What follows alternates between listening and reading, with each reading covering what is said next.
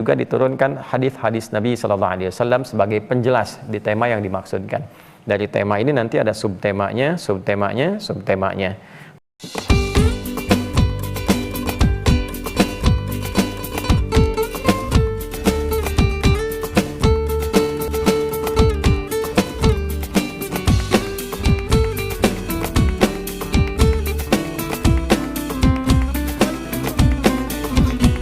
Bismillahirrahmanirrahim. Assalamualaikum warahmatullahi wabarakatuh.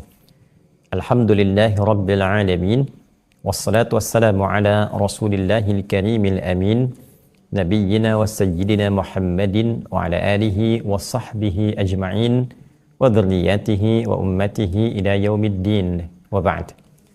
Saudara-saudariku dimanapun kita semua berada, semoga tayangan hari ini menemui kita semua dalam keadaan yang sehat, keadaan yang baik, dimuliakan oleh Allah Subhanahu wa Ta'ala. Alhamdulillah, kita telah diberikan kesempatan yang sangat istimewa menjalani rangkaian ibadah di bulan Ramadan tahun ini 1446 Hijrah hingga mengantarkan kita setidaknya hari ini waktu Indonesia bagian Barat saat kami tersambung dalam tayangan ini telah sampai kita di hari ke-29 di bulan Ramadan tahun 1446 Hijrah.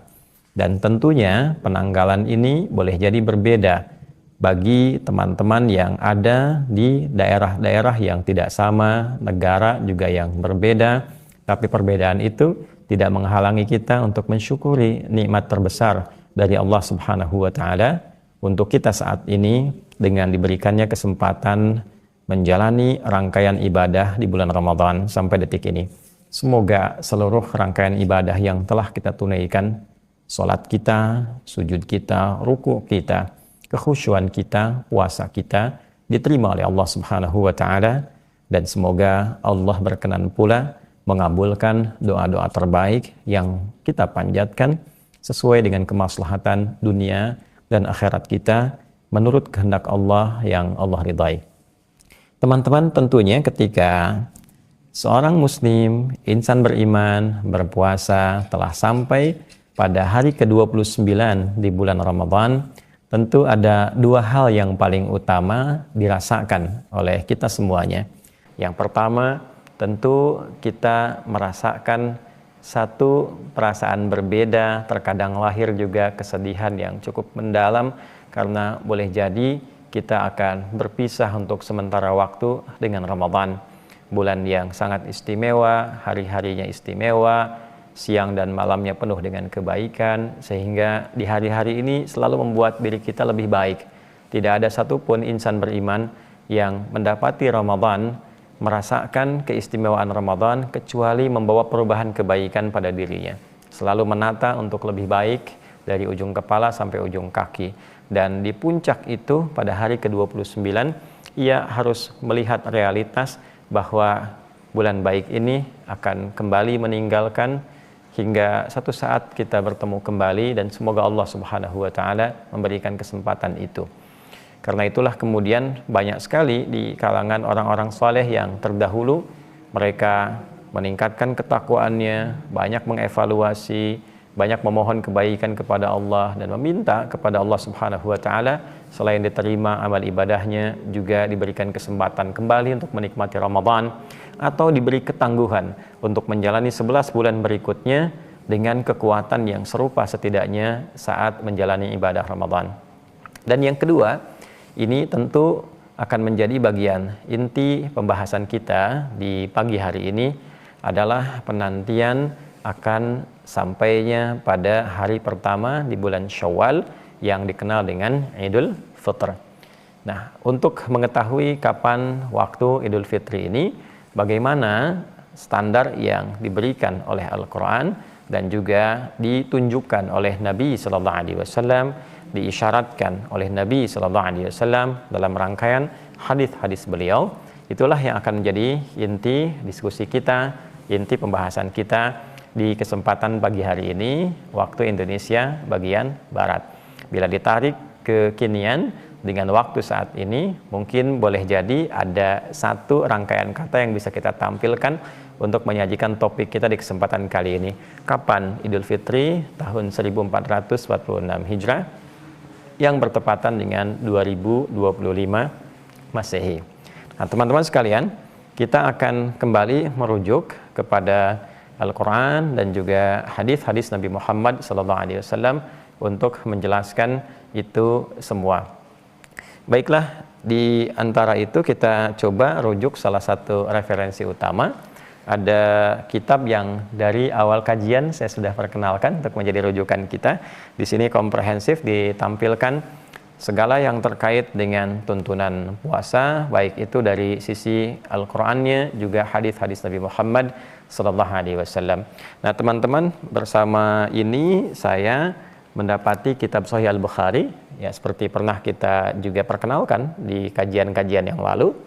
Di Sahih Al-Bukhari ini saya tegaskan kembali, setidaknya ada 97 tema besar yang dikumpulkan oleh Al-Imam Al-Bukhari, dikodifikasikan tema-tema ini, lalu berdasarkan tema dimaksud diturunkanlah ayat-ayat Quran yang terkait dengan tema itu, dan juga diturunkan hadis-hadis Nabi SAW sebagai penjelas di tema yang dimaksudkan.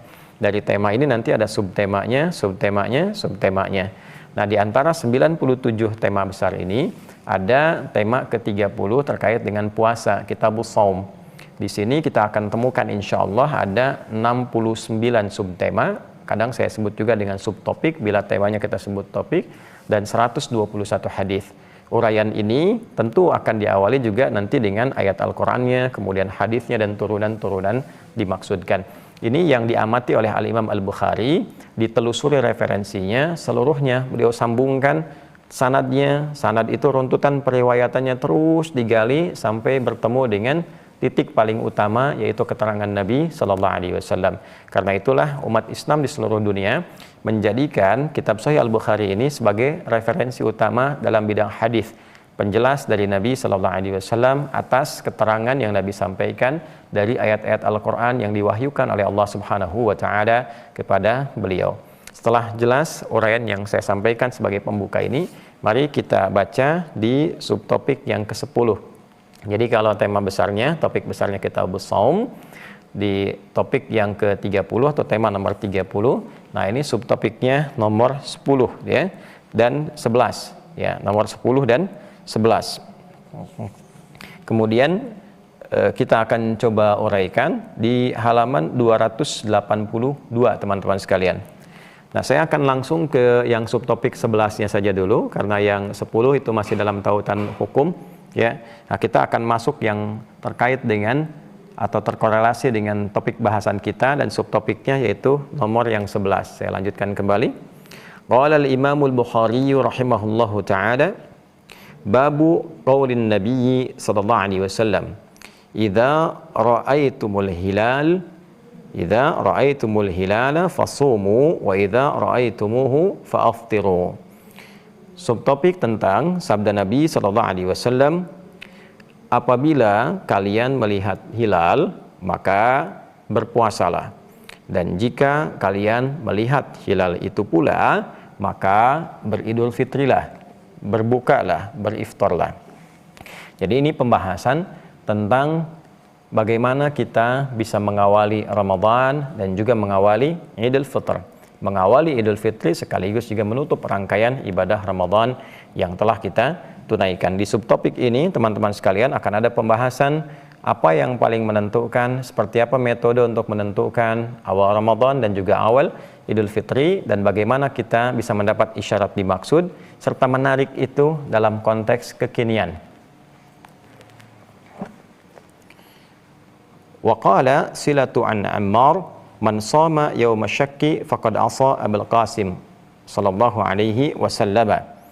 Dan disampaikan pula riwayat yang tersambung nanti kepada Ammar radhiyallahu taala anhu, beliau menyampaikan, tentunya riwayat ini juga tersambung kepada Nabi sallallahu alaihi wasallam, siapapun yang memaksakan diri berpuasa pada hari keraguan itu hari transisi yang kita belum tahu apakah ini sudah masuk hari baru atau belum gitu kan, tapi memaksakan diri untuk mengambil keputusan tanpa didasarkan pengetahuan yang jelas. Ya, faqad asa Abul Qasim sallallahu alaihi wasallam. Nah, ini telah menyalahi ketentuan dari Nabi sallallahu alaihi wasallam yang disebut kunyahnya dengan Abul Qasim. Nah, ini diantara kejeniusan Al-Imam Al-Bukhari. Ya, semoga Allah meridhai beliau. Saya sering sekali ungkapkan kalimat-kalimat kejeniusan ini karena selain beliau menghimpun hadis-hadis Nabi sallallahu alaihi wasallam, tapi juga memberikan satu penekanan yang sangat brilian dalam penyusunan subtopik-subtopiknya. Jadi ketika memberikan satu gambaran kepada kita petunjuk tentang penetapan Idul Fitri ataupun sebelumnya awal Ramadan, di saat yang sama beliau pun memberikan dorongan kepada kita agar menggunakan petunjuk ini untuk menghilangkan keraguan-keraguan. Jadi jangan sampai seseorang itu menjalani puasa dalam keraguan, ya, dalam hari-hari perpindahan yang tidak diketahui, tidak jelas, sehingga memaksakan dalam kondisi ini untuk mengambil satu keputusan yang belum ia tahu dasar pengetahuannya. Nah, ini sesuatu yang kurang baik. Nah, untuk itulah kemudian dua rangkaian pembuka ini yang mengambil intisari dari hadis Nabi Sallallahu Alaihi Wasallam juga memberikan kepada kita gambaran untuk menambah pengetahuan demi menentukan, untuk mengetahui dengan benar tentang metodologi dalam menentukan satu waktu terkait dengan ibadah. Dalam hal ini tentunya akhir Ramadan dan awal masuknya Idul Fitri Al-Mubarak. Mari kita lanjutkan kepada penelusuran hadisnya dan nanti kita akan lihat bagaimana ayat-ayat Al-Quran terkait juga memberikan gambarannya. Bismillahirrahmanirrahim. Nomor hadisnya 1906, subtopik nomor 11, topik besarnya nomor 30, Kitabus Shaum, subtopiknya nomor 11, nomor hadisnya 1906.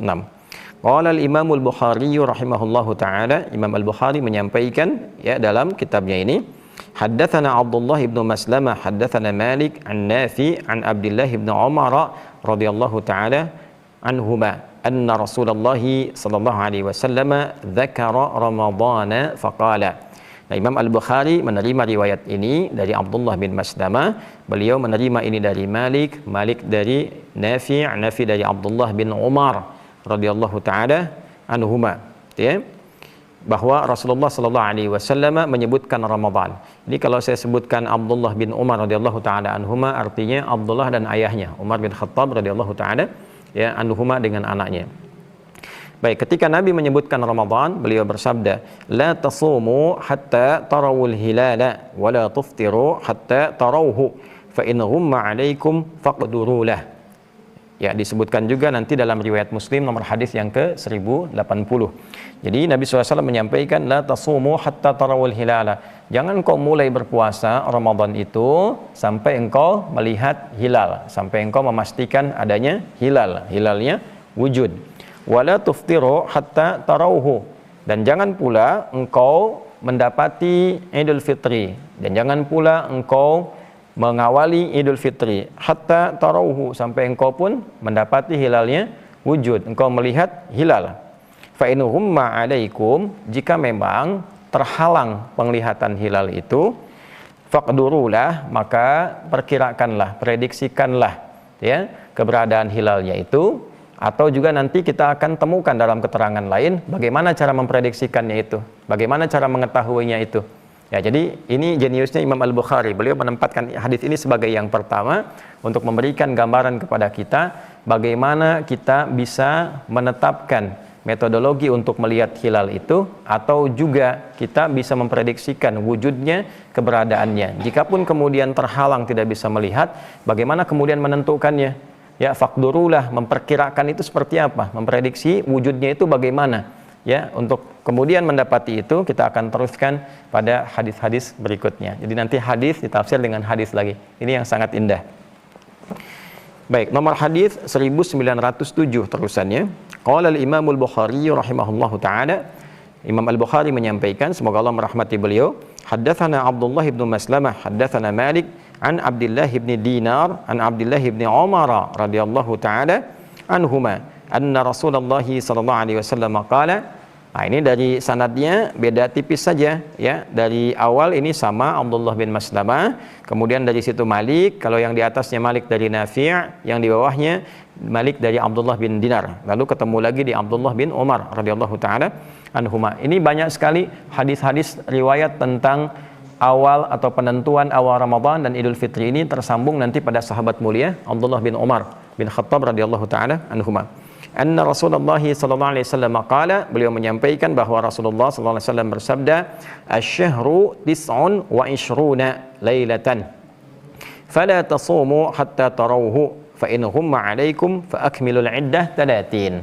Nah, ini kan disebutkan juga nanti di hadis Muslim, ya, riwayat Muslim nomor hadis 1080.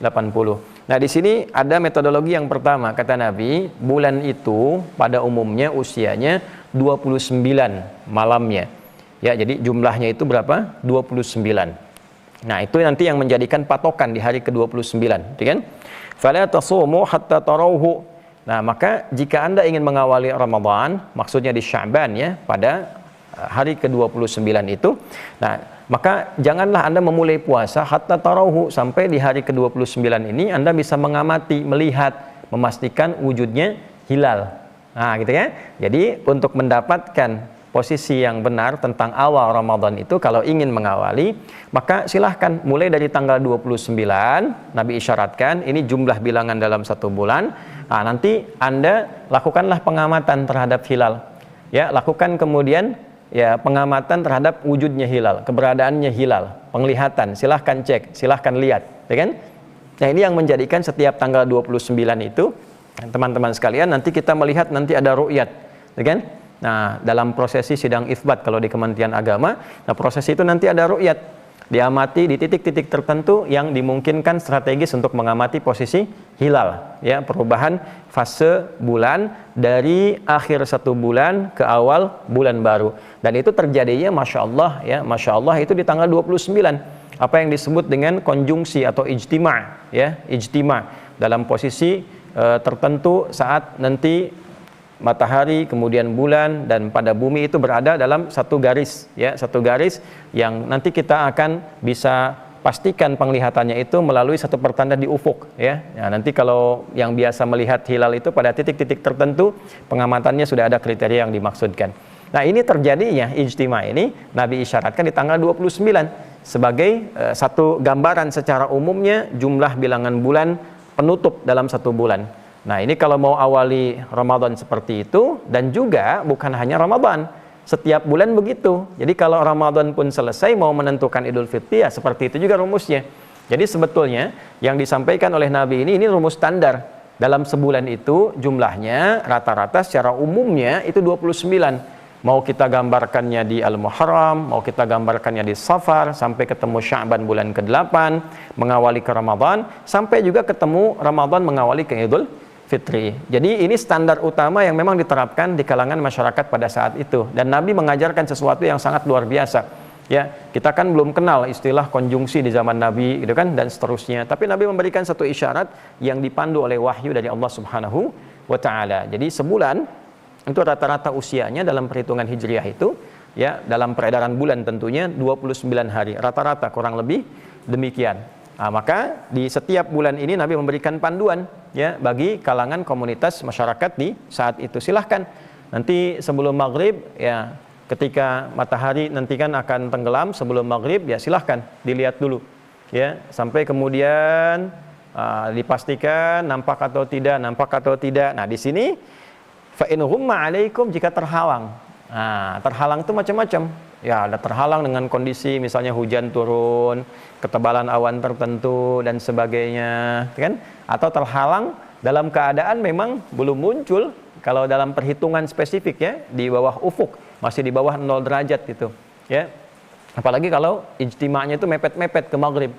Ya, misal maghribnya jam 6, nah, ijtima'nya itu jam 5 lewat 45, 6 kurang seperempat misalnya. Nah, itu agak kemungkinan sangat terhalang. Dalam kondisi terhalang memang masih di bawah ufuk, belum tampak dia, kan? Nah, ada kondisi yang kedua yang secara langsung kasat mata misalnya keadaannya ada hujan. Kalau tadi ilmiah berdasarkan pengamatan-pengamatan ilmiah, kan? Dengan garis intelektual, sekarang garisnya fisikal. Menggunakan penglihatan tapi terhalang adanya hujan, awannya terlalu tebal, gitu kan, sehingga tidak nampak terlihat. Maka dalam metodologi ini kata Nabi, ya, disampaikan fa akmilul iddah 30. Ya, kalau sambungkan dengan hadis yang pertama, silahkan kamu prediksikan, silahkan kamu perkirakan. Bagaimana memperkirakannya? Nah, seperti sekarang kan saat hujan, ini kita mengambil video ini hujan nih, ya, di lingkungan kita saat ini, ya. Jadi bagaimana memperkirakannya? Fa'akmilul iddah, kata Nabi, genapkan bilangan sebelumnya itu ya menjadi 30 talatin. Jadi bilangan sebelumnya maksudnya kalau mau masuk Ramadan, hilalnya tak nampak, tak kelihatan, terhalang, genapkan Sya'bannya 30. Demikian ketika masuk ke Idul Fitri Al-Mubarak misalnya, jadi 1 Syawal ternyata terhalang juga, melihat hilalnya terhalang, gak kelihatan karena hujan, faktor awan, atau secara hitungan yang sangat kompleks ya, dalam hitungan hisab atau falak astronomis yang sangat presisi, sangat teliti, ternyata misalnya masih di bawah 0 derajat, di bawah ufuk ya, maka dalam kondisi ini ditetapkanlah, kemudian diprediksikanlah waktunya itu ya tidak akan terlihat, gak sampai digenapkan bilangan sebelumnya menjadi 30. Jadi ini bagian hadis yang pertama yang kita dapatkan, sehingga nanti populer ditemukan di nomor hadis 1909. Ini yang sering sekali dikutip ya, sering sekali dikutip dari hadis riwayat Abu Hurairah radhiyallahu taala anhu dari Nabi sallallahu alaihi wasallam, ketika Nabi menyampaikan ini kalimat tegasnya, sumu li ru'yatihi wa afdiru li ru'yatihi fa in ghumma 'alaikum, atau di riwayat lain termasuk di sini Al-Bukhari, fa in ghubbiya 'alaikum fa akmilu iddata sya'bana 30. Ya, puasalah engkau dengan melihat hilal itu, menetapkan wujudnya, melihat wujudnya. Mendapatilah engkau Idul Fitri, beridul fitrilah ketika engkau menyaksikan hilalnya, mengetahui hilalnya, memahami wujudnya, gitu kan? Nah, fa in ghubbiya 'alaikum aw fa in ghumma 'alaikum, maka jika terhalang penglihatan itu, terhalang untuk mengetahui hilal itu wujud, hilal itu ada, maka genapkanlah bilangan. Kalau mau Ramadan, Sya'bannya 30. Kalau mau Idul Fitri Ramadannya genapkan 30. Jadi ini metode yang pertama, teman-teman sekalian. Ketika akan mengawali memasuki Idul Fitri, maka lakukan pengamatan. Nah, ru'yat, mengamati dengan mata kita, ya, mengamati dengan mata kepala kita. Begitu dilihat, kelihatan hilalnya, tetapkan besoknya Idul Fitri. Kalau terhalang, tak kelihatan karena faktor-faktor yang alami, misalnya ada hujan seperti sekarang ya, ada mendung macam-macam kan, bahkan BMKG memberikan pandangan misalnya dalam konteks ini ada hujan terhalang ya, ini awan yang sangat tebal, kemudian dilihat sekarang dengan teropong yang sangat canggih ya, ternyata belum nampak, gak kelihatan gitu kan, maka gampang genapkan bulan Ramadan menjadi 30 hari. Setelah itu kemudian Idul Fitrinya lusanya. Jadi kalau sekarang misalnya tanggal 29-nya pas sama nih dengan Masehinya, 29 juga. Ramadannya sama dengan Maret nih penanggalannya, 29 Ramadan, 29 Maret. Nah, kemudian nanti pada sore ini insya Allah akan dilakukan ru'yat nih, dilihat ya. Sekiranya kalau menurut hadis ini tadi dipraktekkan, misal qadarullah sama nih, terhalang kondisinya, nggak bisa kelihatan ya, nggak nampak hilalnya, nggak kelihatan. Ya, maka apa yang harus dilakukan? Genapkan Ramadan jadi 30. Nah, jadi besok 30 Ramadan. Besok itu bersamaan dengan 30 Maret. Maka Idul Fitrinya kalau digenapkan maka lusanya. Ya, tanggal bersamaan dengan 31 Maret 2025 Masehi. Nah, ini pada penggunaan metode yang pertama, dan metode ini teman-teman sekalian digunakan itu secara masif di zaman Nabi sallallahu alaihi wasallam. Digunakan praktisnya di zaman Nabi karena ini yang paling simpel. Ya, di zaman Nabi masyarakatnya terbatas, keadaannya biasa. Jadi penerapan atau metodologi untuk memahami kalimat Nabi faqdurulah, ya, silahkan prediksikan, silahkan tetapkan, silahkan perkirakan. Cara memperkirakannya adalah dengan pengamatan secara langsung, karena kemampuan dan keadaan inilah yang dimiliki oleh masyarakat pada saat itu. Jadi proses ibadahnya mengikuti ketentuan Nabi dengan menggunakan penglihatan secara langsung. Nah, apakah kemudian ada satu peluang untuk kita bisa menemukan hilal itu selain dengan mengamati secara langsung dengan mata fisik kita, ya, dengan kasat mata? Nah, mari kita lanjutkan lagi hadisnya. Ya. Baik teman-teman sekalian, di sini kita temukan di subtopik yang ke-13. Nomor hadis 1913. Saya ulangi, subtopik yang ke-13, nomor hadis 1913. Qala al-Imam al-Bukhari rahimahullahu taala.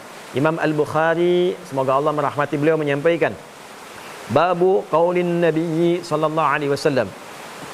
Subtopik tentang Sabda Nabi sallallahu alaihi wasallam, la naktubu wa la nahsubu. Ya, kami ini masyarakat yang umumnya tidak terbiasa menulis, juga tidak terbiasa menghitung. Nah, bagaimana hadis yang dimaksudkan?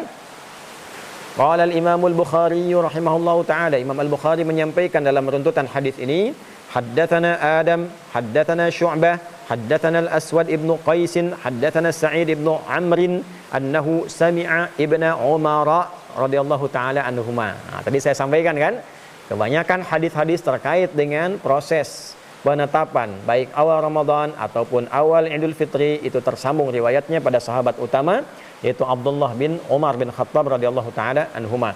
Nah, ini penting saya tekankan, di kajian lain yang lebih detail kita bisa belajar tentang ilmu sanad. Di antara turunan ilmu sanad itu memberikan gambaran kepada kita tentang bagaimana meniru orientasi kehidupan para sahabat, dan di antara orientasi itu kita temukan orientasi intelektual mereka. Termasuk juga ada di situ bab tentang parenting, ya, bagaimana orang tua itu menyiapkan anak supaya jadi pakar di bidang-bidang yang dibutuhkan masyarakat sebagai khidmat untuk agamanya. Ini diantaranya Umar bin Khattab menjadikan salah satu anak beliau khususnya adalah Abdullah, sehingga dikenal dengan Abdullah bin Umar bin Khattab radhiyallahu taala anhuma, ini sebagai sosok yang disiapkan memang untuk menjadi ahli agama, lebih spesial di bidang fikih. Nah, karena itu kita dapatkan hadis-hadis dari beliau, diteruskan sanadnya. Anin Nabi sallallahu alaihi wasallam, disampaikan satu riwayat hadis dari Nabi sallallahu alaihi wasallam, annahu qala, bahwa sesungguhnya Nabi sallallahu alaihi wasallam pernah bersabda, inna ummatun ummiyatun, ya, kita ini masyarakat yang ummi, la naktubu wa la nahsubu, kita enggak biasa menulis, juga tidak biasa menghitung. Asyahru hakadha wa hakadha, dan beliau memberikan isyaratnya dengan tangan beliau, yakni maratan tis'atan wa ishrina wa maratan talatin, ya, dan beliau memberikan isyarat. Kadang-kadang kita bisa temukan bulan ini begini dan begini, diberikan isyarat di tangan beliau, kadang 29, kadang 30. Nah, jadi ini tolong digaris bawahi ya teman-teman sekalian, jangan salah memahami hadis. Kata Nabi, inna ummatun ya ummiyah. Kita ini, maksud kita di sini masyarakat di zaman Nabi, ya. Jadi jangan dibawa ke suasana kita sekarang. Jadi membahas hadisnya harus teliti. Sekaligus nanti kita mengkorelasikan hadis pertama ini dengan yang kedua. Inna ummatun ummiyatun. Baik ya. Yang pertama saya maksudkan yang tadi saya baca, yang kedua ini yang kita baca sekarang. Kita ini, kata Nabi, kita dimaksud tuh masyarakat pada saat itu di eranya Nabi sallallahu alaihi wasallam.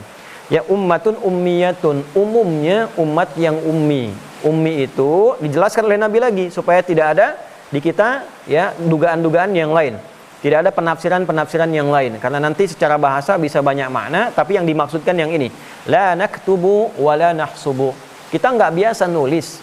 Ya, jadi umumnya masyarakat pada masa itu tidak punya kemampuan secara umum untuk menulis. Kalaupun ada 1-2 orang. Wala nahsubu, masyarakat pada umumnya juga tidak punya kemampuan untuk menghitung. Apalagi hitungan-hitungan yang sangat kompleks, disebutnya hisab nanti ya, hitungan kompleks. Ya, presisi nilainya sampai ke desimalnya, sampai ke ukuran sekian, itu disebut hisab namanya.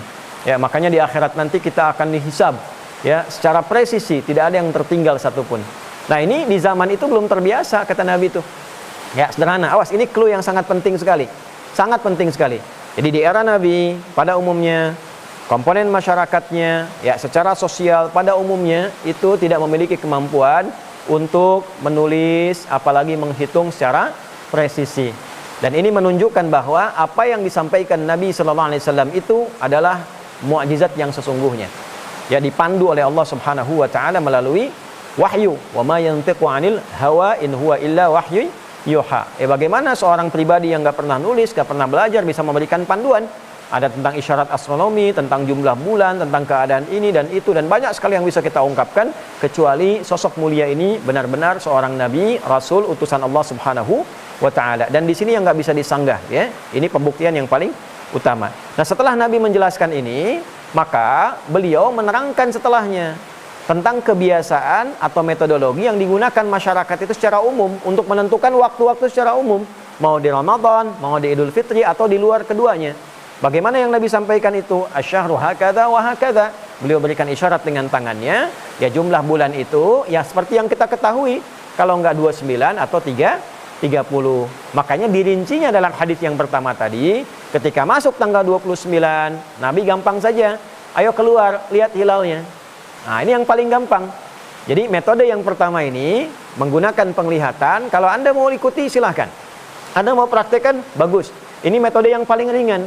Ya maksudnya apa? Kalau nanti nggak ada akses misalnya, ya di tempat-tempat, di pegunungan, di pedalaman, atau misalnya di pinggir-pinggir pantai yang sulit mengakses informasi secara luas, ya kan? Tidak mengetahui kapan waktunya tiba untuk awal Ramadan, awal Idul Fitri. Gampangnya, kondisi Anda sama seperti kondisi dulu, terbatas. Maka tinggal kelihat tuh, ya, lihat bagaimana nanti dalam posisi di sebelah matahari itu akan terbenam. Sebelum terbenamnya, amati itu. Ya, ada nggak hilalnya? Wujud nggak hilalnya? Pelajari bagaimana fase-fase bulan itu kemudian beredar, membentuk bentuk-bentuk tersendiri. Ya, kadang kita lihat misalnya berbentuk hilal sabit, ya, kadang-kadang tengah-tengah. Kalau sudah bulat betul tandanya pertengahan bulan. Dulu orang simpel begitu, gampang ya. Karena kata Nabi tadi, kami nggak biasa menulis, nggak punya kemampuan menghitung. Jadi setiap bulan metodenya sama. Ya bukan hanya Ramadan, bukan hanya Idul Fitri. Setiap bulan itu seperti itu gampangnya. Oh kalau tengah-tengah, wah ini sudah bulat bentuknya nih. Jadi kalau lihat ke langit, bulannya itu bulat putih, tengah bulan nih. Ya makanya dikenal dengan Ayyamul Bid. Hari-hari bulannya itu putih kelihatan, bulat benar. Ya kalau bukan 13, 14, 15 ini tengah-tengah nih. Ya. Kalau sudah nanti berkurang lagi sampai berakhir. Kalau sudah habis, ya berkurang, mau ke akhir bulan, habis betulan, artinya akhir bulan. Itu 29. Simpelnya begitu. Jadi patokan masa lalu. Nah, Nabi memberikan isyarat dalam hadis ini, perhatikan, ya. Inna ummatun ummiyatun la naktubu wa la nahsubu. Kita ini masyarakat kami umat yang apa adanya ummi begini, nggak biasa nulis, nggak biasa menghitung. Praktek kami seperti ini. Pemahaman terbaliknya apa? Metode kedua, Anda yang biasa menulis dan punya kemampuan berhitung, silahkan ambil data-data itu. Nah, kumpulkan data-data itu. Pelajari data-data itu secara falak, secara astronomis, ya dihitung sebaik-baiknya. Maka metode ini yang kedua diterapkan pada pemahaman hadis tadi, faqdurulah. Ya, perkirakanlah, prediksikanlah. Cara memperkirakannya, memprediksikan munculnya hilal itu, kalau yang pertama dengan penglihatan fisikal, yang kedua dengan penghitungan hisab, dengan pengetahuan, dengan kemampuan menulis, dengan kemampuan untuk bisa menghitung secara presisi. Awas, jangan salah tangkap nanti ya. Kalau memosisikan di sini nanti kita ikut Nabi, melihat Nabi pun mengatakan yang kedua ini. Jadi ada dua metode. Ya, bisa menggunakan ru'yat, ya, sumu li ru'yatihi, bisa menggunakan juga dengan hisab, dengan isyarat hadis yang dimaksudkan ini. Kalau nanti dipahaminya adalah Nabi, misalnya ikuti hadisnya begini, secara tekstual saja, bisa bahaya. Di sini ada pencegahan terhadap pengetahuan. Ya kita ikut Nabi, nggak biasa nulis, nggak biasa merumuskan, menghitung dan sebagainya. Nanti sampai kapanpun umat Islam nggak bisa ngitung, nggak bisa nulis, karena harus ikut secara tekstual pemahaman yang tidak tepat yang dimaksudkan. Jadi secara singkatnya teman-teman sekalian, intinya begini, mau mengawali bulan itu, mau di luar Ramadan, di luar Idul Fitri, apalagi Ramadan, apalagi akan Idul Fitri, juga nanti menetapkan awalnya di bulan Dzulhijjah untuk Idul Adha, maka coba tetapkan dengan mengetahui pergantian dari akhir bulan untuk masuk ke awal bulan baru. Itu kesimpulannya. Nah, untuk mengetahui awal pergantian masuknya dari akhir bulan ke bulan baru itu, tandanya satu, ya, bisa dilakukan pengetahuan dasarnya setiap tanggal 29 di akhir bulan. Ya, Nabi tadi menyampaikan, itu kan, asyahru hakadha wa hakadha. Bulan itu ya rata-rata antara 29 nanti, yang kalau digenapkan 30. Maka patokan dasarnya seperti disebutkan di awal itu asyahru tis'un wa ishrun. Ya, awal bulan itu jumlahnya secara umum itu 29. Maka setiap tanggal 29 itu setelah kita ketahui, teman-teman sekalian, bisalah kemudian disimpulkan ini kemungkinan terbesarnya adalah akhir bulan. Jadi kalau sekarang kita masuk misalnya masuk ke, nah, kalau kita geserkan sedikit untuk bisa kita tuliskan teman-teman sekalian, ya. Nah ini setiap tanggal 29 ini ya, kuncinya ini. Baik itu Ramadan, ya kan? ataupun di luar Ramadan. Ya, luar Ramadan itu mau saya katakan dari Al-Muharram, dari Safar dan seterusnya, itu jumlah bilangan bulannya secara umum standarnya 29. Gitu ya. Nah, ketika mengetahui 29 ini, bagaimana prakteknya menentukan awal bulan berikutnya? Jadi kalau sekarang kita ada di bulan Ramadan nih, bulan ke-9 Ramadan. Nah, ini menggunakan pendekatan hijriyah ya, berdasarkan peredaran bulan, ya kan? Bukan untuk menentukan berdasarkan masehinya. Ini kita tanggal 29 Ramadan, begini. Posisi sekarang. Nah, ini posisinya sudah menunjuk secara umum isyarat ke akhir bulan. Isyaratnya isyarat akhir bulan. Ya, ini ya. Nah, maka menunjuk pada isyarat akhir bulan ini, kemudian diberikan petunjuk oleh Nabi untuk melakukan dua metodologi. Ya, satu, bisa menggunakan apa yang disebut dengan ru'yat. Melakukan pengamatan secara langsung, pengamatan fisik. Ya. Di titik-titik yang memungkinkan untuk bisa secara strategis mengamati pergerakan hilal Ramadan. Pergerakan dari bulan kan sampai munculnya hilal baru.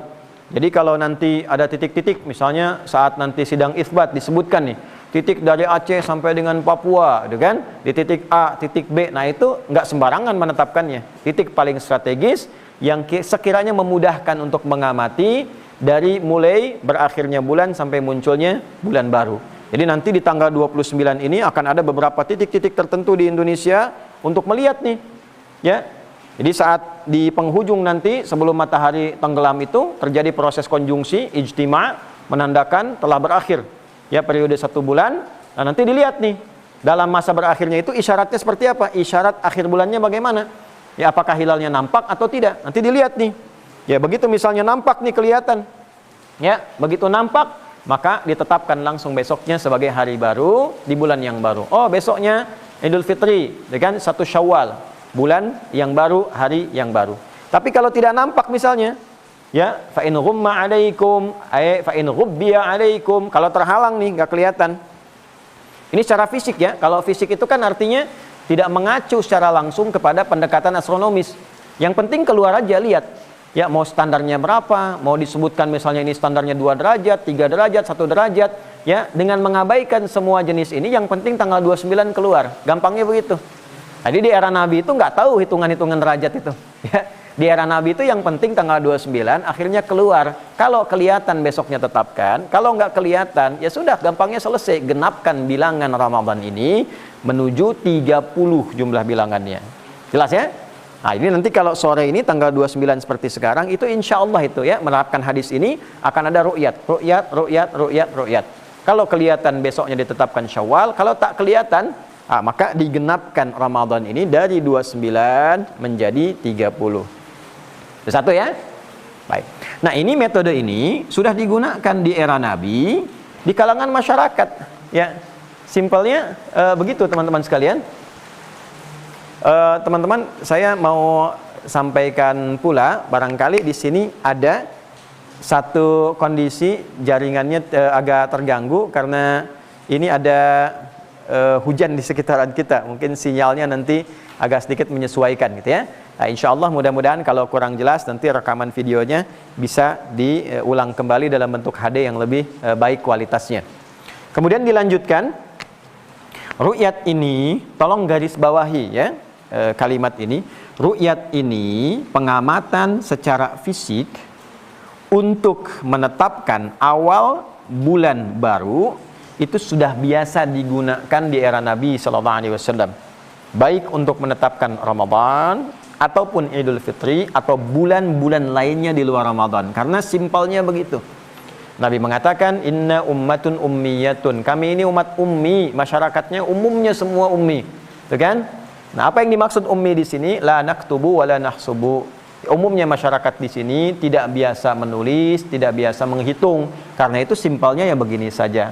Nah, kalimat Nabi ini memberikan gambaran juga kepada umatnya ya, yang kalau sudah bisa menulis, sudah bisa menghitung, maka silahkan gunakan metode yang kedua pun bisa. Tinggal pilih, mau ru'yat boleh, mau yang kedua juga boleh. Apa yang kedua ini? Disebut namanya dengan hisab. Hisab, ya. Nah, untuk hisab ini pun di Al-Quran kita temukan. Ya, misal kita temukan isyaratnya di Al-Quran di surah Yunus surah 10 ya, di ayat 5. Ya. Walladzi ja'ala asy-syamsa dhiya'an wal qamara nura. Ya, wa qaddarahu manazila lita'lamu 'adadas sinina wal hisab. Disebutkan. Ya, dialah Allah Subhanahu wa taala yang Maha Agung, ya, yang luar biasa, Tuhan yang paling hak, yang telah menjadikan matahari itu bersinar, bulan memantulkan cahaya, dan menetapkan bagi bulan itu orbitnya, supaya dengan orbit itu kita juga bisa menghitung jumlah bilangan tahun dan juga hisab, mempelajari metodologi hitungan yang jelas secara presisi. Ini hisab, disebutkan kalimat hisabnya. Ya. Nah, ini sering juga disebut dengan ilmunya falak atau astronomi. Ya, ilmu falaknya didapatkan di Al-Quran surat Yasin, surah ke-36, ayat ke-40 tuh ya, paling kiri sebelah bawah tuh di pojok. Ya. La syamsu yanbaghi laha an tudrikal qamara walal lailu sabiqun nahar. Ya, sampai kita temukan kalimat di ujungnya, wa kullu fi falakin yasbahun. Nah, di falak di orbitnya. Ya, dan seluruh antara matahari, bulan itu punya orbitnya masing-masing, kan? Punya tempat beredarnya masing-masing, dan bertasbih, peredaran mereka itu bertasbih kepada Allah Subhanahu wa taala. Ya, dengan cara yang telah Allah tetapkan, dan kita diberikan informasi untuk mengetahui inti tasbih itu. Artinya apa? Benda-benda langit di semesta pun bertasbih, semesta pun bertasbih memuji penciptanya.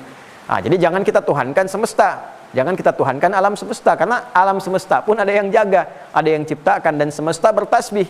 Oleh karena itu, kita yang bagian dari unsur semesta ini sudah selayaknya kita bertasbih kepada Allah Subhanahu wa taala. Jadi disebutkan di situ falak, sehingga sering kita dengar ilmu falak, lajnah falakiyah. Kan? Nah, lajnah falakiyah itu penerapannya ke sini. Biasanya untuk bisa menerapkan metodologi apa? Hisab. Jadi bisa secara ru'yat pengamatan dengan fisik, bisa secara hisab pengamatan dengan ilmu hitungan.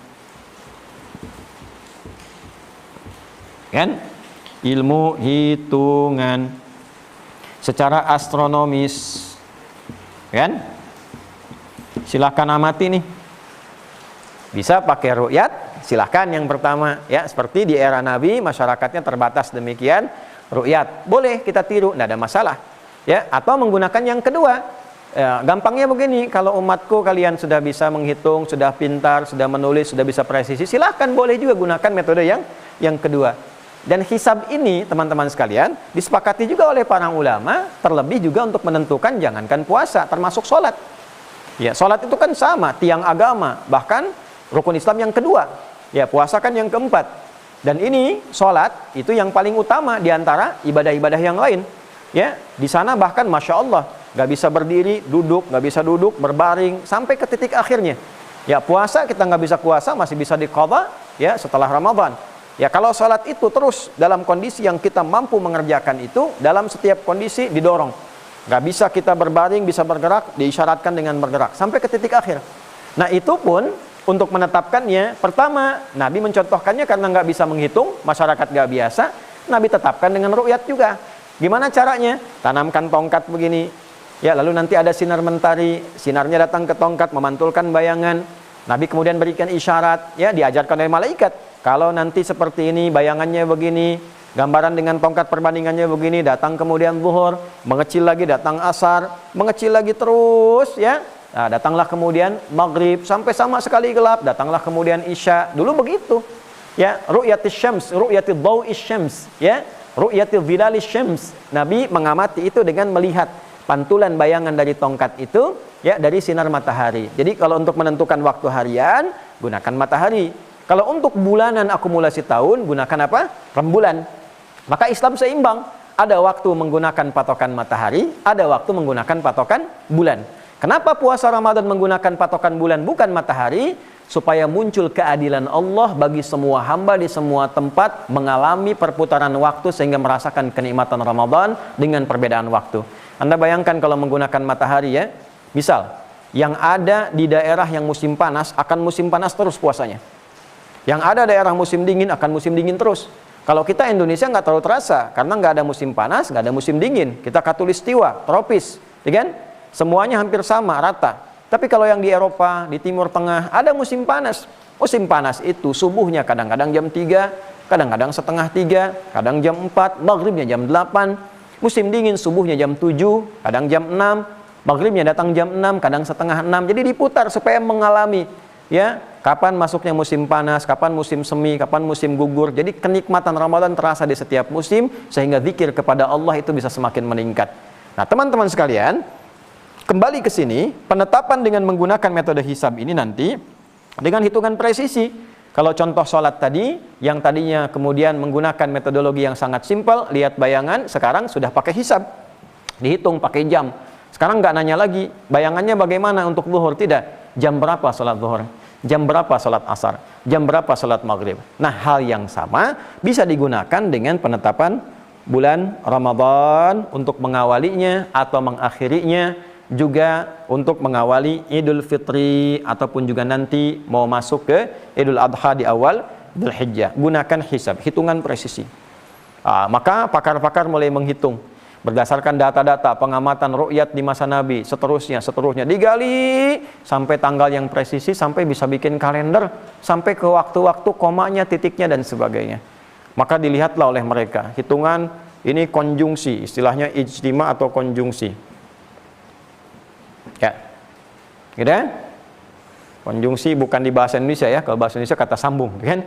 Nah, ini di konjungsi disebut tersambung. Kapan tersambungnya antara bulan, matahari, bumi dalam salah satu garis, ya, garis yang lurus, ya, tersambung keseluruhannya, terjadinya tanggal 29, maka diamati dalam konjungsi atau ijtima bahasa Arabnya ini. Ya, tanggal 29 ini sebelum matahari terbenam atau setelah matahari terbenam bisa kelihatan nih.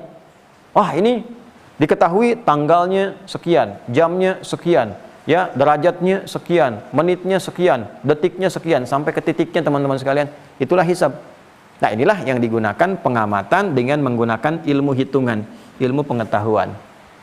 Nah, untuk yang sekarang ini 29 Ramadan yang bertepatan dengan 29 Maret 2025 Masehi, kalau kita lihat di data-data hisab, itu ijtima'nya, konjungsinya kurang lebih berlangsung di jam 17. Berarti jam 5 sore ya. Ya, jam 17 kurang lebih itu 57 menit. Ya, ada juga yang menuliskan 58 menit ya. 17.57 sekitar 38 ya, detik. Jadi jam 17 lewat 57 lewat 38 detik. Kurang lebih seperti ini teman-teman sekalian. Ya, gambarannya. Nah, ini kalau di barat, waktu Indonesia bagian barat. Cuma beda di menit dan detik dalam ukuran-ukuran hitungan-hitungan beberapa lembaga. Misalnya kita lihat BMKG atau Lajnah Falakiyah yang lain. Bisa di Ormas, sekarang kita ada di Muhammadiyah, ada di NU untuk di Indonesia, ya, dan di luar negeri juga. Kurang lebih ijtima'nya atau konjungsinya, ya, proses isyarat, nah ini isyarat akhir bulannya terjadi pada jam 5 sore. Nah, ini sebelum maghrib. Kalau di kita di sini maghribnya misalnya ada jam 18.02 nih, waktu Indonesia bagian barat nih. Nah, berarti ini kurang lebih 5 menit sebelum maghrib nih. Nah, bisa dibayangkan kalau 5 menit sebelum maghrib itu, ya, itu secara hitungan sederhana saja, pengetahuan astronomi ringan, ya, kemampuan kita masyarakat biasa yang tahu hitung-hitungan biasa, ya, tidak seperti yang astronom, yang ahli falak yang kompleks. Ini kalau melihat begini aja udah pasti nih, udah pasti secara hisab itu kedudukannya masih di bawah 0, ya, hilalnya itu. Ya, kenapa? Sederhana, karena 5 menit menjelang terbenam matahari, ya, mataharinya terbenam, ya kan, diamati hilalnya itu. Jadi begitu matahari terbenam kan harusnya hilalnya naik nih, gitu kan, ya, terbenam matahari nih, terbenam. Syarat pertamanya harus sebelum terbenam matahari. Kalau setelah terbenam matahari itu dipastikan semua mengatakan tidak akan wujud, pasti digenapkan. Nah, ini masih sebelum terbenam matahari. Ya, jadi kondisinya seharusnya matahari ketika terbenam itu hilal naik tinggi, ya, dan nggak beradu cahaya nanti dengan matahari itu kelihatan. Nah, kalau ini teman-teman, ini 5 menit sebelum terbenam. Jadi hilalnya pasti masih di dasar ini, masih di bawah ufuk. Gambarannya begitu gampangnya. Jadi ketika mataharinya terbenam, nah, ini posisinya masih di bawah ufuk, gampangnya seperti itu. Ya. Atau kita ambil datanya supaya tidak mengarang-arang. Kalau kita lihat dan saya coba perhatikan beberapa lembaga-lembaga falak yang otoritatif gitu kan, baik itu yang di Ormas, di Muhammadiyah, di NU, kemudian juga saya lihat di BMKG juga, ya. Dengan pendekatan ini, singkatnya teman-teman sekalian, nih. Ini kalau ditarik garis ufuk, garis 0 derajat di sini ya. Ketika matahari ini kita akan dapati akan tenggelam, ada proses ijtima, konjungsi namanya. Jamnya jam 17 sore, jam 5 sore, 5:57 menit kurang lebih 38 detik. Ya, kemudian saat mataharinya tenggelam, sudah, nah, posisi hilalnya bagaimana? Ya, baik itu di ujung barat Indonesia, dalam hal ini kita tuliskan di sini aja ya untuk memudahkan. Ini ada di Aceh misalnya, sampai dengan Papua di ujung timur. Itu posisi hilalnya masih di bawah ufuk di sini. Ya, di Aceh itu antara -1 sampai ke -0. 0 minus 0,59 derajatan lah, ya. Kurang lebih demikian. Di Papua karena lebih awal kan, 2 jam lebih cepat kan dari barat kita ini, itu dia masih -3. Ya kan? Ya, -3. Ya, jadi kalau kita mengacu ke sini kan di barat, kalau di Papua kan sudah lebih cepat, ya 2 jam sebelumnya. Oleh karena itu pasti lebih bawah lagi. Nah, ini di Papua hilalnya masih -3, kurang lebih demikian. Di baratnya saja masih di bawah 0 derajat, bisa -0,59, bisa juga -1. Ini menunjukkan secara hisab hitungan yang presisi, ini masih di bawah ufuk. Nah, sehingga implementasi hadis tadi, kalau diprediksikan dengan metodologi ini bahwa masih di bawah ufuk, maka apa yang dilakukan?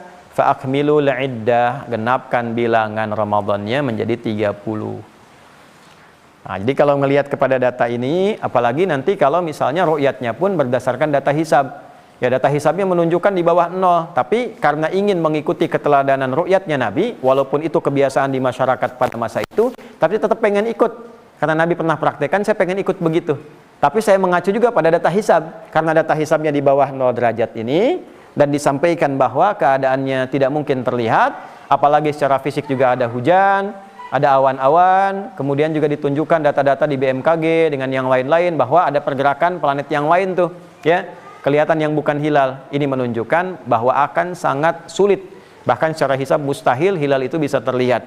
Dalam kondisi ini kemungkinan besar ini akan digenapkan Ramadannya menjadi 30 hari. Jadi kalau pertanyaannya kapan Idul Fitri di tahun ini, ya kita bisa simpulkan dari 2 pendekatan data ini bahwa Idul Fitri tahun ini 1446 Hijrah bertepatan dengan 2025 Masehi waktu Indonesia. Ingat, waktu Indonesia. Ya, besar kemungkinannya akan berada di tanggal bersamaan dengan 31 Maret 2025 Masehi. Jadi kalau sekarang 29, Ahadnya 30, Senin. Nah, Seninnya tanggal 31, ini Idul Fitrinya. Ya, karena dari 2 pendekatan ini kemungkinan besarnya pasti akan digenapkan. Kemungkinan besarnya dalam kondisi seperti ini. Ya, hilalnya masih di bawah ufuk dan juga di bawahnya sangat tajam juga. Dan juga dalam pengamatan kita saksikan bahwa data-data hari ini secara cuaca juga kita melihat ya, ada hujan macam-macam dan sebagainya, dan dalam kondisi yang kita bisa rasakan selama ini rasanya agak sulit kemudian untuk bisa ditetapkan terlihat, sehingga peluang dengan penggunaan 2 metode ini, saya tegaskan ya, 2 metode ini. Jadi ulama berijma pada 2 metode ini. Kalau bukan ru'yat itu hisab. Jadi kalau sudah ada yang ditetapkan berdasarkan Qur'annya, hadisnya, ijma ulama, maka tidak boleh seorang muslim ya beriman bahkan pada Al-Quran, pada hadis, pada Nabi sallallahu alaihi wasallam, gitu kan, untuk mencari metode lain di luar ini. Ya, misal metode mimpi, metode ketinggian air laut, gitu kan, metode hembusan angin, ya, metode macam-macam ya. Pernah dulu Syekh Ali Mustafa Yaqub rahimahullah taala, ya, beliau pengasuh pesantren Darussunnah dan juga pernah menjabat imam besar Masjid Istiqlal. Ya, sebelum sekarang Profesor Nasruddin Umar itu pernah dijabat oleh Syekh Mustafa Ali Mustafa Yaqub. Ya, beliau pernah melakukan penelitian di Indonesia itu betapa banyak metode itu. Ya, sampai belasan ke puluhan. Setiap orang ada yang begini, ada yang begitu. Nah, kita fokus pada 2 ini saja. Ya, kalau sudah dua ini saja, pemerintah nanti memberikan satu penjabaran pada kita semuanya, ya, dan insya Allah peluangnya kalau pada dua ini akan sama semua, tidak ada yang beda. Ya, tidak ada yang beda untuk Idul Fitri tahun ini, insya Allah, sepanjang kita masih mengacu pada metodologi yang kita maksudkan ini. Ya, kalau di beberapa waktu yang lain seringkali kita dapatkan misalnya ada perbedaan antara ahli ru'yat dengan ahli hisab, itu satu hal yang sangat niscaya terjadi. Tapi ini rasanya sulit karena dari data-data itu mendukung untuk kesamaan. Ya, bedanya itu kayak gini. Kalau ru'yat itu ketika menggunakan data-data batasan standar untuk melihat. Nah, ini juga nanti problematik. Mungkin satu saat bisa ada diskusi-diskusi tertentu yang diinisiasi Kementerian Agama untuk kita bisa mengkaji berdasarkan nas. Ya, jadi nas dulu yang didahulukan. Ya, nakli dulu sebelum akli. Jadi ikutkan akli untuk menganalisis nakli. Ya, bukan nakli dijadikan sebagai stempel untuk akli. Nah, itu sesuatu yang keliru. Kalau sudah begitu nanti semua berlomba cari metode. Nah, ini nanti musibah, ya. Kemarin-kemarin 2, sekarang nanti 3, besok nanti berapa lagi dan sebagainya. Ini musibah nanti, ya. Nanti gampangnya begini, teman-teman sekalian. Untuk metode ru'yat itu sederhananya keluar, lihat di tanggal 29 di ujung menjelang maghrib, lihat begitu maghrib, tak mataharinya turun, ya, tenggelam, gitu, lihat hilalnya muncul nggak? Ya, terlepas mau standarnya mau 2, mau 1, mau 3, mau berapapun, ya, begitu kelihatan misalnya, nampak benar, lalu saksinya ada, disumpah dia, selesai, besoknya ada. Ya, tapi kalau misalnya tidak memungkinkan, tidak terlihat, sudah genapkan bilangan Ramadannya menjadi 30, besoknya Idul Fitri. Nah, yang jadi problem seringkali bertemu itu begini, ya, bertemu di sini titik perbedaannya, dibuat standar misalnya. Dan standar ini sebetulnya bisa dilihat dari segi akal, ini masuk ke akal, tapi jadi perdebatan secara nakli, secara teks, secara dalil nanti. Ya, ketika standarnya bisa berubah-ubah, misalnya bikin 2 nih, karena di bawah 2 ini masih samar-samar misalnya, kelihatannya nggak terlalu kelihatan jelas. Ya, lalu dibuatlah standar, kalau ini 2 atau di atas 2, ya, kelihatan tetapkan. Ya, atau bahkan nanti kalaupun nggak kelihatan, tapi kalau sudah standarnya terpenuhi, kemungkinan bisa dilihat, maka ada imkan ru'yah namanya. Kemungkinan bisa dilihat, standar derajatnya begini, elongasinya begini misalnya, maka tetapkan, walaupun nggak kelihatan. Ya kan? Tapi kalau misalnya dia melihat, di bawah standar itu, misal nih, sekarang disebutkan 3, elongasinya sekian misalnya, taruhlah 6,3 derajat misalnya, ya, atau 6,4 misal. Ya. Nah, ini, dia baru di bawah ini sedikit. Bisa misalnya 2,9, ya, atau elongasinya kadang terpenuhi tapi ketinggiannya tidak, atau sebaliknya misal ketinggian 2,9 nih, ya, elongasinya misalnya 6, ini pas, ya, dan ada yang melihat tapi karena di bawah standar ini maka ditetapkan tidak diakui perlihatannya. Nah, ini juga problem. Nah, yang kadang sering terjadi adalah kadang-kadang hisab itu kan tidak melihat batas berapa derajat ketinggian, yang penting di atas 0. Ketika di atas 0 artinya sudah pindah hari, sudah pindah bulan. Nah, maka ditetapkanlah kemudian bulan baru di hari baru. Ya, kalau pengamatan tidak kelihatan nggak, dapat nggak, gitu kan? Kalau kelihatan tetapkan, kalau nggak kelihatan itu genapkan. Nah, ada yang kompleks lagi, ya. Misalnya sudah di atas, secara hisab sudah di atas nih 0. Kita bikin standar 3, ternyata dia 2 misalnya, ya kan? Dalam standar hisabnya baru 2 ketinggiannya, standar penetapannya 3. Nah, bagi orang hisab selesai nih. Sudah jadi, masuk awal hari baru. Tapi bagi ru'yat ketika dilihat dengan standar, diberi standar tadi, dibuat imkan, kemungkinan terlihat, imkan ru'yah. Ya kan? Karena standarnya diberikan 3 dan dia di bawah 3, maka walaupun dilihat, maka berpotensi ditolak penglihatannya bila ada yang melihat. Karena tadi bikin standar yang dimaksudkan itu. Maka ini yang seringkali, walaupun tidak bikin standar atau bikin standar, seringkali bisa terjadi perbedaan-perbedaan karena pendekatan yang dimaksudkan tadi. Ya, jadi kalau saya boleh usulkan metodologi kalau kemungkinan besar ingin bertemu di masa depan, ya, di masa depan. Kalau yang sekarang insya Allah ini sama-sama akan ada di satu hari yang sama. Ya, 1 Syawalnya bertepatan dengan 31 Maret. Tapi ke depan kalau boleh saya usulkan kembali aja ke dalam isyarat hadis-hadis ini. Jadi yang ru'yat ya lihat saja. Ya, tidak harus tetapkan standar tertentu. Kalaupun mau bikin standar, standarnya itu gunakan patokan hisab untuk mengetahui apakah di atas 0 atau di bawah 0. Itu saja paling gampangnya. Itu kemungkinan besar akan bertemunya gampang. Ya, maksud bertemu itu gini, akan kesepakatan antara ahli hisab dengan ahli ru'yat. Kan gampangnya ini ada ahli ru'yat, ada ahli hisab. Satu pakai metodologi hisab, satu pakai metodologi ru'yat. Tuh, ya. Jadi kalau kita ingin mempertemukan dua ini, memang tidak mudah. Ya, nggak mudah, ini yang satu pegang ru'yat, yang satu pegang hisab. Tapi kalau titik temunya ingin semakin didekatkan, paling gampangnya kembali kepada hadis. Ya, apa itu? Ya cukup jangan dibikin standar. Apakah di atas 0 ini harus 2, harus 3 dan sekalian, tidak. Standarnya sederhana, dibikinlah apakah sudah di atas ufuk atau belum, di atas 0 atau belum. Itu jadi standar. Jadi kalau ada orang melihat ternyata masih di bawah ufuk, dia mengatakan melihat, ya itu yang ditolak. Tapi kalau dia di atas ufuk, walaupun 1 derajat, 2 derajat misalnya, ya para ahli boleh mengatakan ini cahayanya masih samar. Ya antara cahaya ini dengan cahaya itu berpotensi tidak terlihat. Sepanjang hisab mengatakan ini di atas 0 dan dia melihat itu dengan penglihatan posisi dia, maka sudah memenuhi kriteria ini. Sumu li ru'yatihi wa aftiru li ru'yatihi. Nabi nggak pernah bikin standarisasi begini dan begini. Yang penting itu ditetapkan dengan prediksi yang jelas, itu sudah berada di atas ufuknya. Nah, maksud saya kalau usulan ini bisa diterima, itu lebih bisa mendekatkan ya metodologi baik ru'yat ataupun hisab, itu paling gampang. Jadi kalau kita bikin standar, misalnya 2, lalu di sini ada pendekatan lain jadi nanti berubah 3, lama-lama jadi uji coba terus nanti ya. Dan jadi berbahaya, nanti muncul sentimen ini, nanti persaingan ini, persaingan itu, dan tidak ditemukan kemudian maslahat yang lebih besar. Ini usulan saja ya, bisa diterima bisa tidak, itu kembali ke yang punya otoritas dalam berwenang. Ya, tapi nanti jadi problem juga. Dulu 2, sekarang 3 ya. Terus yang 2 statusnya bagaimana ya waktu itu? Ya, sekarang masuk 3, elongasinya berubah lagi. Nanti ada pendekatan yang lebih baru, bisa berubah lagi. Nah, ini yang seperti ini saya kira untuk mengatasi kerumitan seperti itu, kalau boleh saya usulkan, tadi bikin standarnya 1 aja. Apakah di atas ufuk, di atas 0 derajat, atau masih di bawah ufuk. Jadi kalau sudah seperti itu, kemungkinan persamaan dengan ahli hisab itu akan ada titik temunya. Ya, nah, itu usulan. Ya, tapi kembali ke kini bahwa insya Allah yang tahun ini kita akan sama prosesnya dan mudah-mudahan diridhai oleh Allah Subhanahu wa Ta'ala. Saya kira itu teman-teman, terlepas dari itu semua, bahwa kita memperbanyak doa supaya puasa kita diterima, kita kembali jadi orang baik, dan kebaikan itu menyatu secara kolektif untuk membangun bangsa dan negara kita. Itu poinnya. Ya, dengan puasa, pemimpinnya puasa, kemudian juga rakyatnya puasa, semua di seluruh elemen pemerintahan puasa, yang muslim, yang mukmin, puasa itu menghasilkan orang baik. La'allakum tattaqun, jiwa takwanya muncul, menjadi lebih baik. Nah, kebaikan ini ketika semua jadi baik, jadi kolektif.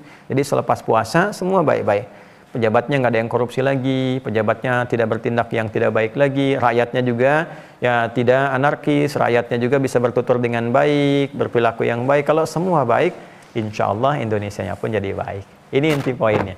Jadi kalaupun ada pembahasan-pembahasan yang benar, itu petunjuk dari Allah dan Rasul, kita silahkan mengamalkan. Kalaupun ada yang salah, ada yang keliru, itu mutlak kesalahan saya. Ya, mutlak kekeliruan saya. Silahkan teman-teman, bila ada orang yang lebih baik mengoreksi, menyampaikan secara benar, datanya bagus dan sesuai dengan apa yang diisyaratkan di Al-Quran, di hadis, ikutilah yang benar itu, yang baik itu, dan itulah mudah-mudahan hidayah Allah yang diberikan kepada kita semuanya. Terima kasih untuk pertemuan hari ini. Semoga bermanfaat. Mohon maaf bila banyak hal yang masih kurang baik disampaikan. Semoga Allah mengampuni kita semua, memaafkan kita semua. Allahumma taqabbal minna innaka antas sami'un alim wa tub 'alaina innaka antat tawwabur rahim. Allahumma ij'alna bil imani kamilin wa bi fara'idika muaddin wa lis salawati hafizin wa liz zakati fa'ilin wa lima 'indaka talibin wa tahta liwa'i habibikal karim sayyidina Muhammadin yaumal qiyamati sa'ilin wa taqabbal minna as-siyam wal qiyam kama tuhibbu wa tarda ya arhamar rahimin. Rabbana atina fid dunya hasanah wa fil akhirati hasanah wa qina adzabannar. Wa sallallahu ala sayyidina Muhammad wa ala alihi wa sahbihi ajma'in wa akhiru da'wana alhamdulillahi rabbil alamin. Assalamualaikum warahmatullahi wabarakatuh.